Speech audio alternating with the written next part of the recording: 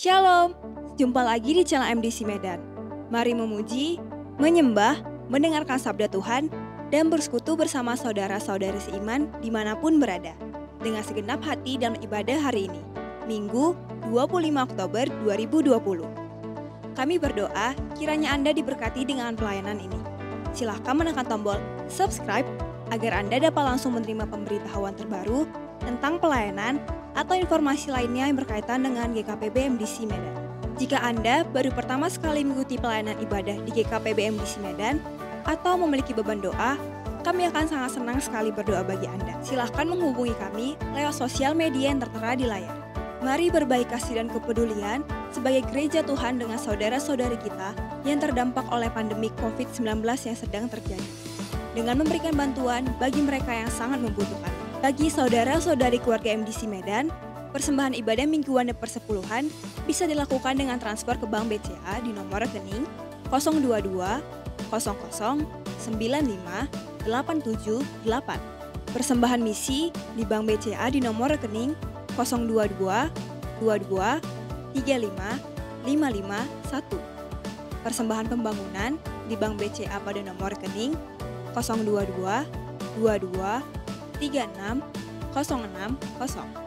Semua rekening di atas nama Gereja Kristen Perjanjian Baru. Minggu depan kita akan mengadakan perjamuan kudus. Silakan Bapak, Ibu, Saudara mempersiapkan roti dan anggur perjamuan. Jika diperlukan untuk mengambilnya dari sekretariat, pelayanan sekretariat sementara ini masih dibuka, mulai dari pukul 11 sampai pukul 15 WIB, setiap hari Kamis sampai dengan Sabtu. Mari siapkan hati, siapkan catatan, dan kami ucapkan selamat beribadah.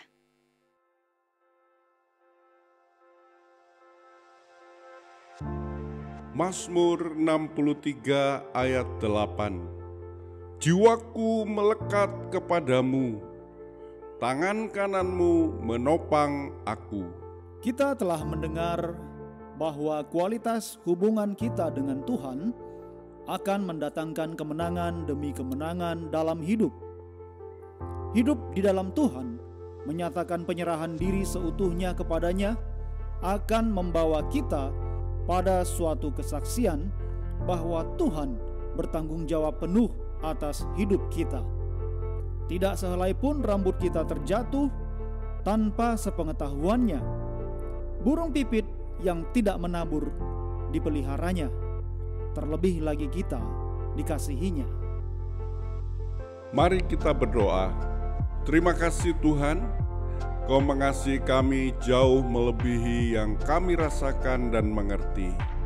Kau senantiasa mengasihi kami sejak permulaan segala sesuatu dan tetap sama sekarang sampai selamanya.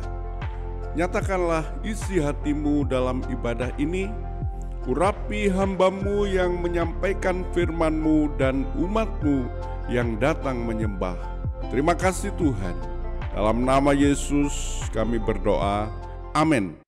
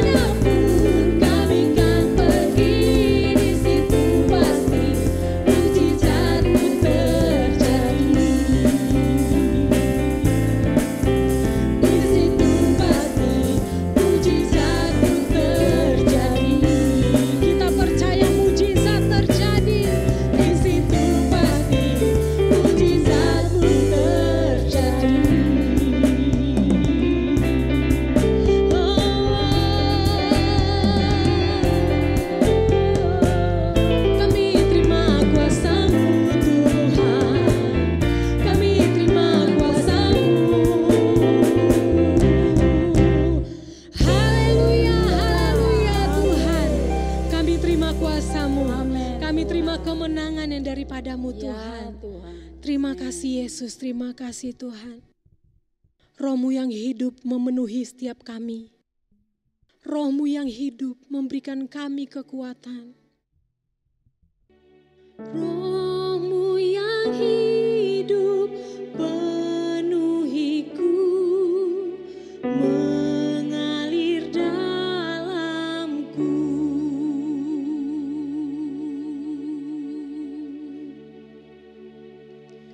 Jiwaku tenang bersamamu dalam naunganmu.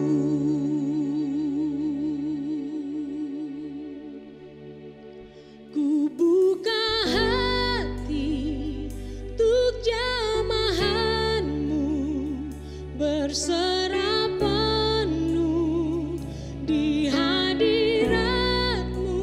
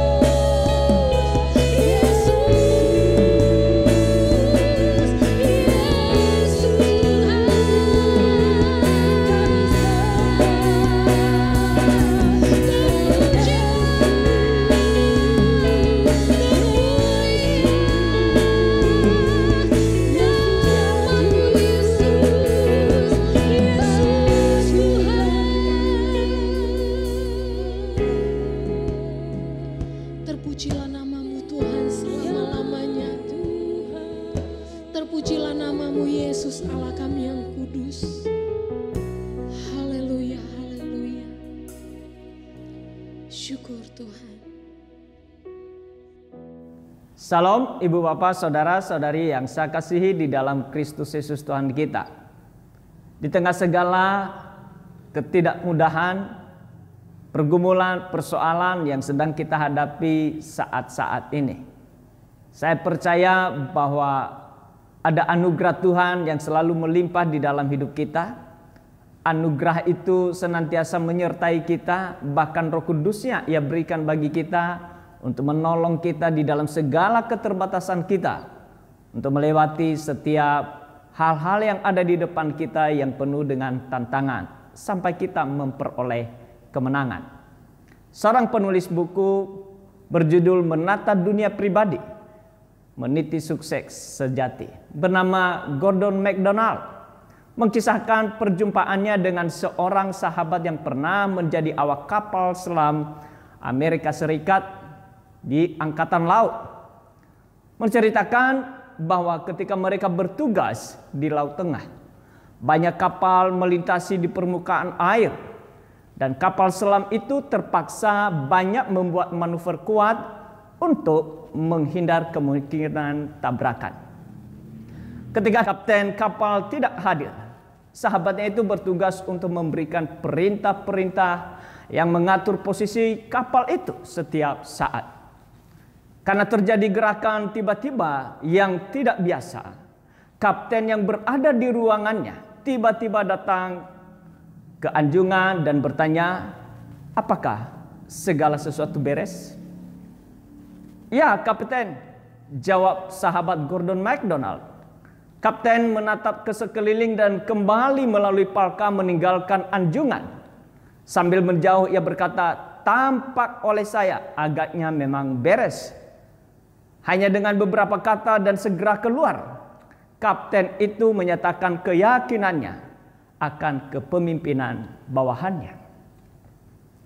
Perjumpaan rutin sederhana antara seorang komandan angkatan laut dan seorang petugas kepercayaannya memberi Gordon MacDonald sebuah gambaran yang menolong keteraturan dunia pribadi seseorang. Dari sekeliling kapal selam mengintai kemungkinan bahaya tabrakan, itu cukup untuk membuat kapten manapun yang waspada untuk memperlihatkan perhatiannya. Di bagian dalam kapal selam terdapat sebuah ruang tempat kendali mutlak atas destiny kapal itu dilakukan. Dan ke tempat itulah secara insting kapten menuju. Di anjungan tempat pusat kendali tidak ada kesan kepanikan. Hanya serangkaian tindakan tenang dilakukan oleh sejumlah kelasi yang sangat terlatih untuk mengerjakan tugas-tugas mereka.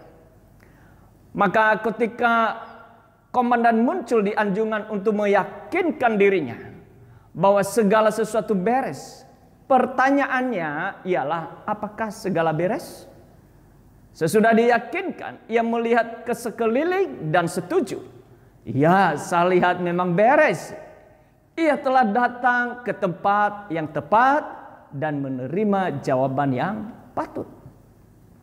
Begitulah seorang kapten kapal menata kapal selamnya. Prosedur-prosedur yang tepat dipraktekkan ribuan kali ketika tidak ada bahaya. Maka ketika tiba saat untuk bertindak dalam situasi genting, kapten tidak perlu bereaksi berlebihan. Ia dapat mengantisipasi tindak istimewa dari orang yang bertugas di anjungan. Jika segalanya teratur di sana, kapal selam itu aman bagaimanapun keadaan di luar. Namun, bisa terjadi kasus ketika prosedur-prosedur itu diabaikan atau mungkin tidak dilakukan, maka malapetaka bisa terjadi. Kapal-kapal akan bertabrakan, tenggelam, dan menyebabkan kerugian besar. Demikian juga dengan hidup manusia. Ketika terjadi ketidakteraturan di anjungan dalam dunia batinnya, kecelakaan yang terjadi disebut kehabisan tenaga, burnout, patah semangat atau breakdown, atau meledak atau blow up. Bahwa memang dunia ini terus bergejolak, berubah-ubah, penuh goncangan, tekanan dan lain sebagainya. Kita tidak dapat bisa menghindar dan melarikan diri dari semuanya itu. Kita harus menghadapinya sebesar apapun tekanan dan keinginan duniawi seperti memaksa kita untuk memperbesar daya gedor kita untuk bereaksi. Namun bila keteraturan di dalam manusia batinnya telah dibangun dan dirawat sedemikian rupa, maka kita akan menghadapi itu dengan kepala dingin dan tetap tenang, tidak menjadi panik, takut atau gelisah. Salah satu contoh di dalam Alkitab adalah Daud. Daud adalah seorang yang telah membangun dan merawat manusia batiniannya sedemikian rupa, sehingga tiap-tiap kali ada goncangan, ancaman yang menghampirinya, ia tidak bereaksi berlebihan. Ia tidak mengandalkan kekuatan dan pengalamannya, namun ia pergi ke suatu tempat yang tepat untuk mendapatkan dan menerima jawaban yang patut untuk bertindak secara benar dan tepat sasaran. Seperti yang dikisahkan di dalam 2 Samuel 5 ayat 17 sampai dengan 25. Demikian ayat 17. Ketika didengar orang Filistin bahwa Daud telah diurapi menjadi raja atas Israel, maka majulah semua orang Filistin untuk menangkap Daud. Tetapi Daud mendengar hal itu, lalu ia pergi ke kubu pertahanan. Ketika orang Filistin itu datang dan memencar di lembah Refaim, bertanyalah Daud kepada Tuhan, apakah aku harus maju melawan orang Filistin itu? Akankah kau serahkan mereka ke dalam tanganku? Tuhan menjawab Daud, majulah, sebab aku pasti akan menyerahkan orang Filistin ke dalam tanganmu. Lalu datanglah Daud di Baal Perasim dan memukul mereka kalah di sana. Berkatalah ia, Tuhan telah menerobos musuhku di depanku, seperti air menerobos. Sebab itu orang menamakan tempat itu Baal Perasim. Orang Filistin itu meninggalkan berhala di sana. Lalu Daud dan orang-orangnya mengangkatnya. Ketika orang Filistin maju sekali lagi dan memencar di lembah Refaim, maka bertanyalah Daud kepada Tuhan, dan ia menjawab, janganlah maju, tetapi buatlah gerakan lingkaran sampai ke belakang mereka, sehingga engkau dapat menyerang mereka dari jurusan pohon-pohon kertau. Dan bila engkau mendengar bunyi derap langkah di puncak pohon-pohon kertau itu, maka haruslah engkau bertindak cepat. Sebab pada waktu itu Tuhan telah keluar berperang di depanmu untuk memukul kalah tentara orang Filistin. Dan Daud berbuat demikian seperti yang diperintahkan Tuhan kepadanya. Maka ia memukul kalah orang Filistin mulai dari Geba sampai dekat Gezer. Dituliskan di ayat 17. Ketika didengar orang Filistin bahwa Daud telah diurapi menjadi raja atas Israel, maka majulah semua orang Filistin untuk menangkap Daud. Tetapi Daud mendengar hal itu, lalu ia pergi ke kubu pertahanan. Orang Filistin datang untuk melawan dan memerangi Daud, bukan pada waktu ia masih warga biasa, dan juga bukan pada waktu ia masih bekerja untuk membantu orang tuanya dan menggembalakan kambing domba ayahnya. Ketika Daud masih menjadi pelarian, mereka menerima dia karena merasa bahwa dia adalah musuh Saul. Dan seperti dikatakan oleh peribahasa, musuh dari musuhku adalah temanku. Maka orang Filistin tidak menganggap Daud sebagai ancaman. Bahkan ketika Daud diangkat menjadi raja atas Yehuda pun mereka tidak bereaksi apa-apa. Mungkin karena mereka berpikir bahwa Yehuda akan segera pecah dari Israel dan perang saudara akan segera terjadi. Mereka mungkin berencana mengikat perjanjian dengan Yehuda untuk memerangi Israel. Tetapi ketika Daud ternyata malah diangkat menjadi raja atas Israel, mereka segera menggabungkan kekuatan dan maju menyerang Daud. Dikatakan bahwa Daud telah diurapi menjadi raja. Yang memilih dan yang mengurapinya bukan manusia, tetapi Tuhan sendiri melalui Nabi Samuel. Semestinya setelah Tuhan mengurapi Daud menjadi raja, bangsa yang ada di sekitarnya, khususnya bangsa Filistin, harusnya segan kepadanya. Harusnya mereka menyadari bahwa Daud yang masih muda itu sebelum menjadi raja saja, ia telah membunuh seorang penghina barisan tentara orang Israel, yaitu panglima perang orang Filistin yang gagah perkasa, namanya Goliat.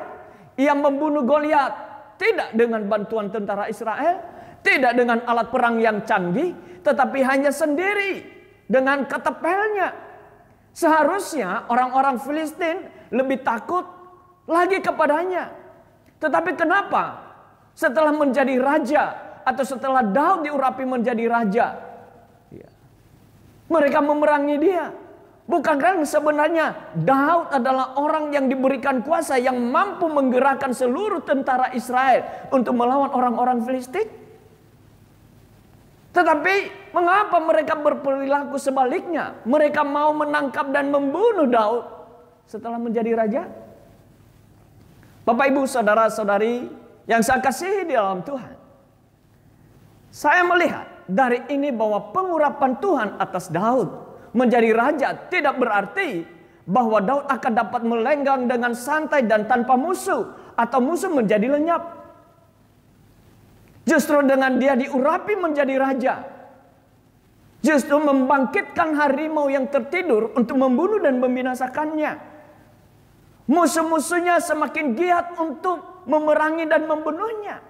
Lawan-lawannya membuat rencana yang sistemik untuk menangkap dan membunuhnya. Lalu apa dan bagaimana Daud merespon setelah mendengar bahwa orang Filistin maju untuk menangkap dia? Ia tidak pergi menyembunyikan diri atau melarikan diri, tetapi justru ia pergi ke kubu pertahanan lawan. Apa yang dilakukan di sana? Ia memperhatikan bagaimana lawan maju dan menyusun strategi mereka. Sebagaimana yang dicatat di dalam ayat 18, ketika orang Filistin itu datang dan memencar di lembah Refaim, maka di sanalah Daud melihat keadaan seperti itu. Di dalam keadaan itu dia tidak langsung bereaksi, tetapi apa yang ia lakukan? Apa yang Daud lakukan? Ia datang kepada Tuhan dan bertanya kepada Tuhan. Sebelum ia memutuskan sesuatu, Daud bertanya kepada Tuhan. Dia bertanya, apakah aku harus maju melawan orang Filistin itu? Setelah ia mendengar dan memastikan bahwa Tuhan menjawabnya, lalu Tuhan berkata kepadanya, majulah, sebab aku pasti akan menyerahkan orang Filistin itu ke dalam tanganmu. Daud bertindak seperti yang Tuhan perintahkan kepadanya. Ayat 20, lalu datanglah Daud di Baal Perasim dan memukul mereka kalah di sana. Setelah ia memukul kalah, Daud berkata, Tuhan telah menerobos musuhku di depanku seperti air menerobos. Sebab itu orang menamakan tempat itu Baal Perasim. Ibu, bapak, saudara-saudari yang saya kasihi dalam Tuhan, di dalam segala keadaan, situasi yang sedang kita hadapi, kita harus memperhatikan itu. Kita harus peka terhadap itu. Tetapi jangan terburu-buru untuk bertindak. Lakukan hal apa yang harus semestinya lakukan, yaitu ambil waktu sejenak, bertanya terlebih dahulu kepada Tuhan, sampai engkau memastikan bahwa Tuhan menjawab setiap permohonan dan doamu itu, baru bertindak. Apakah setelah kalah musuh itu lalu dia tidak ada lagi? Saudara-saudari yang saya kasihi di dalam Tuhan, apakah keadaan yang saat ini sulit, yang keadaan ini tidak mudah, setelah nanti kita melewati, apakah tidak ada lagi keadaan yang lebih sulit? Sama berkata kepada kita, belum tentu. Bisa saja mungkin keadaan hari ini yang sulit, di hari-hari yang ada di depan kita mungkin jauh lebih sulit. Sama seperti yang dialami oleh Daud ketika ia telah mengalahkan orang Filistin. Orang Filistin tidak pergi begitu saja, tetapi mereka kembali untuk berperang, untuk mau melawan, untuk memerangi Daud, untuk membunuhnya, untuk membinasakannya. Sebagaimana yang dicatat di dalam 2 Samuel 5 ayat yang ke-22. Dikatakan ketika orang Filistin itu maju sekali lagi dan memencar di lembah Refaim, apa yang dilakukan oleh Daud? Saudara-saudari yang saya kasih dalam Tuhan, Daud tidak langsung bertindak. Sekalipun ia sudah memiliki pengalaman untuk memerangi bangsa Filistin. Sekalipun di tempat yang sama mereka berperang. Sekalipun ia sudah menang, ia sudah mengalahkan. Tetapi pengalaman itu tidak digunakannya.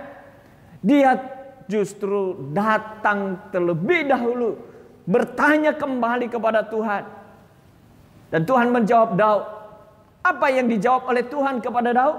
Dikatakan, janganlah maju, tetapi buatlah gerakan lingkaran sampai ke belakang mereka, sehingga engkau dapat menyerang mereka dari jurusan pohon-pohon kertau. Ayat 24, dan bila engkau mendengar bunyi derap langkah di puncak pohon-pohon kertau itu, maka haruslah engkau bertindak cepat, sebab pada waktu itu Tuhan telah keluar berperang di depanmu untuk memukul kalah tentara orang Filistin. Daud bertindak, Daud berbuat demikian seperti yang diperintahkan Tuhan kepadanya. Maka ia memukul kalah orang Filistin mulai dari Geba sampai dekat Gezer. Belajar dari kisah Daud di dalam menghadapi tekanan musuh atau lawan yang memerangi dan mau membunuhnya. Hal yang pertama, ibu bapak saudara-saudari yang saya kasihi di dalam Tuhan, perlu menyadari dan memperhatikan bahwa dunia ini atau musuh begitu sistemik atau merencanakan sedemikian rupa dengan segala kecerdikannya. Dan dengan demikian kehidupan orang beriman bukan semakin mudah, tetapi penuh dengan tantangan. Dan untuk menghadapi setiap tantangan, untuk menghadapi setiap kesulitan, untuk menghadapi setiap lawan, untuk menghadapi krisis bahkan atau resesi yang sedang terjadi, situasi yang sulit yang sedang kita hadapi, persoalan dan masalah yang sepertinya tiada habis-habisnya. Kita tidak bisa menyembunyikan diri, tidak bisa melarikan diri dari semuanya itu. Karena menyembunyikan diri atau melarikan diri bukanlah solusi. Bukanlah solusi dari tekanan dan tantangan yang ada di sekitar kita. Tetapi harus kita menghadapinya. Menghadapi tekanan, menghadapi segala kesulitan, menghadapi krisis ini, menghadapi resesi ini. Namun bukan dengan pengalaman diri sendiri, bukan dengan kekuatan sendiri. Tetapi harus ada kecerdasan. Kita harus memiliki kecerdasan. Apa itu kecerdasan, ibu bapak? Kecerdasan itu timbul dari pengamatan situasi yang sedang terjadi. Kita tidak boleh cuek atau masa bodoh kepada hal-hal yang sedang terjadi di sekeliling kita. Perlu kita memiliki pengetahuan yang memadai akan keadaan yang sedang terjadi. Perlu kita mendengar dan memperhatikan perkembangan keadaan dunia sekitar kita. Tetapi tidak bereaksi secara berlebihan. Apalagi bertindak sembarangan. Kita harus percaya dan berserah dengan segenap hati kepada Tuhan. Sebagaimana yang dicatat di dalam Mazmur 37 ayat yang ke-5. Percayalah kepada Tuhan dan serahkanlah hidupmu kepadanya, maka ia akan bertindak. Tuhan yang bertindak, bukan kita. Tuhanlah yang ada di depan kita. Itu sebabnya sebelum kita membuat keputusan, terlebih dahulu kita datang kepada Tuhan, bertanya kepada Tuhan, sampai Tuhan menjawab dan kita memastikan bahwa Tuhan telah menjawab kita. Dan kalau Dia telah menjawab kita, maka barulah kita bertindak secara taat, seirama dengan perintah Tuhan. Hal ini kita akan memperolehnya bila ada hasrat yang kuat dan secara sengaja kita membangun relasi intim secara teratur dan berkesinambungan kepada Tuhan.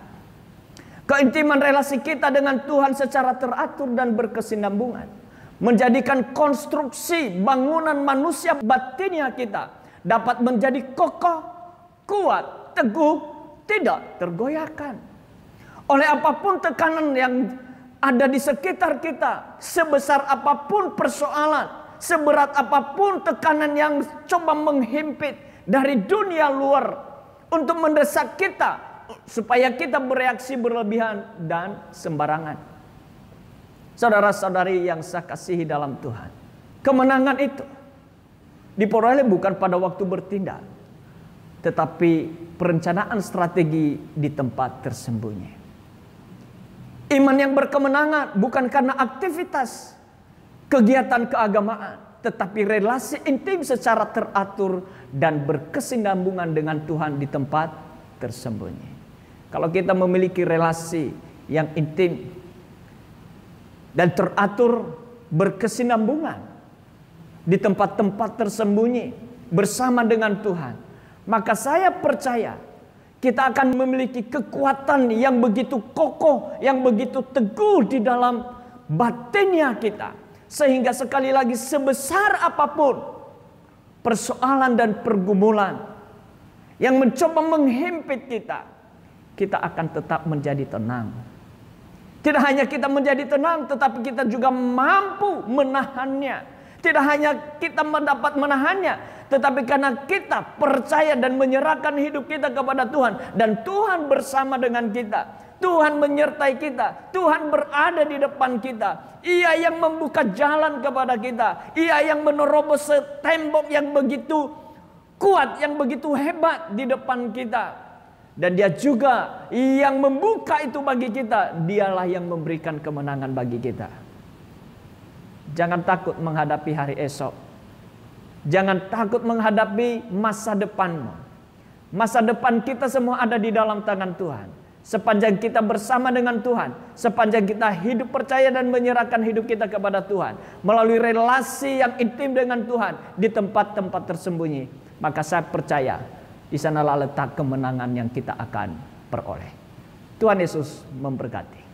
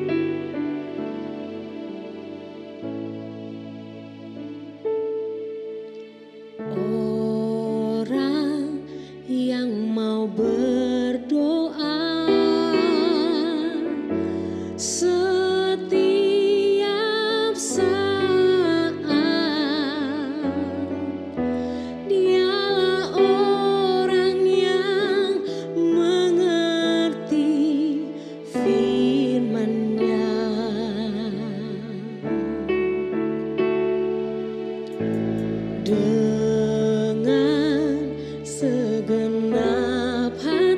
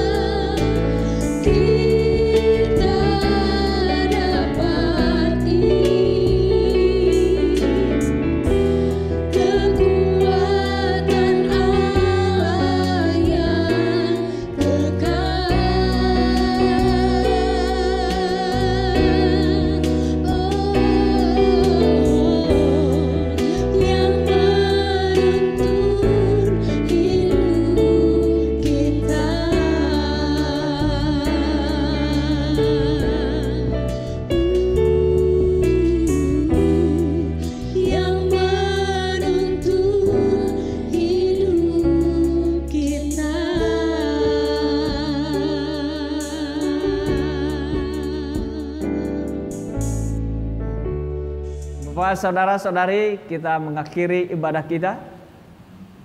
Dan mari kita arahkan hidup kita kepada Tuhan. Biarlah tangan kita terangkat di hadapannya untuk menerima berkat-Nya. Tuhan memberkati engkau dan melindungi engkau. Tuhan menyinari engkau dengan wajah-Nya dan memberikan engkau kasih karunia-Nya. Tuhan menghadapkan wajah-Nya kepadamu dan memberikan engkau damai sejahtera. Hari ini sampai untuk selamanya. Di dalam nama Tuhan Yesus Kristus, terimalah berkat ini. Amin.